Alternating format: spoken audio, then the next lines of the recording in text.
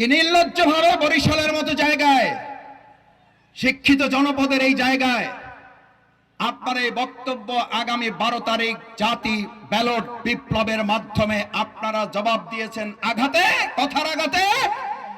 আগামী দিনে বরিশালবাসী আপনাদের এই কথার আঘাতের জবাব দিবে ব্যালটে। আপনারা আঘাত দেবেন কথায় আঘাত, আর আমরা দেব ব্যালটে জবাব ইনশাআল্লাহ।